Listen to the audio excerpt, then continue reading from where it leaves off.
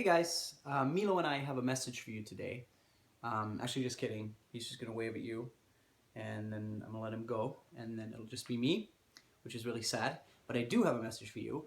I wanted to address a question that I frequently get, and the question is, why is it not okay if you're concerned about animal cruelty, animal suffering? Why is it not okay to consume quote unquote humane animal products? And there's really three parts to the answer to that question, and I'm going to finish with the most important one. The first one has to do with the fact that a lot of times, the more humane animal products get, the more severe the impact on the environment actually is. A good example of that, and check out the movie Cowspiracy, which is on Netflix, also at cowspiracy.com for more on this. But a good example is, for example, cattle. If you let it graze, if you let it roam around, deforestation actually is much worse, and that's a huge problem. Yeah, that's just one example. The second part of that answer is that humane, and that you see me doing air quotes the whole time, humane animal products are actually a myth. What do I mean by that? Every time you're going to produce animal products, regardless of what they are exactly, there's a minimum amount of cruelty that goes into that, and that is actually quite severe. I'll give you just three quick examples. Meat is the most straightforward one, and my dogs are playing here in the background, so I apologize if you can hear them. But meat is the most straightforward one. You're gonna, no matter how you do it, you're gonna kill someone that doesn't want to die. So that's a clear violation of that person's interest. Then when it comes to eggs, how do you get egg-laying hens? You have to produce them. Obviously that's going to also produce a lot of male chicks that are not needed at all. There's no use for them, so they're either ground up alive right after birth, or they go into essentially a gas chamber, and then they're made into dog food and that kind of thing.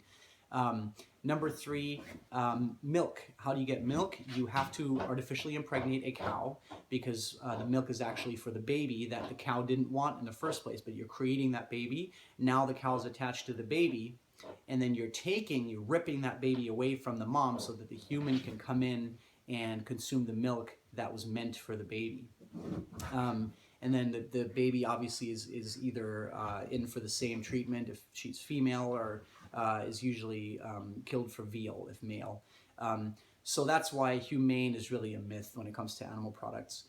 But let's assume, just for argument's sake, and that gets me to my third and most important point, let's assume for a second, which I don't think is the case, and have good reason to believe is not the case, but let's assume for argument's sake that there are humane animal products.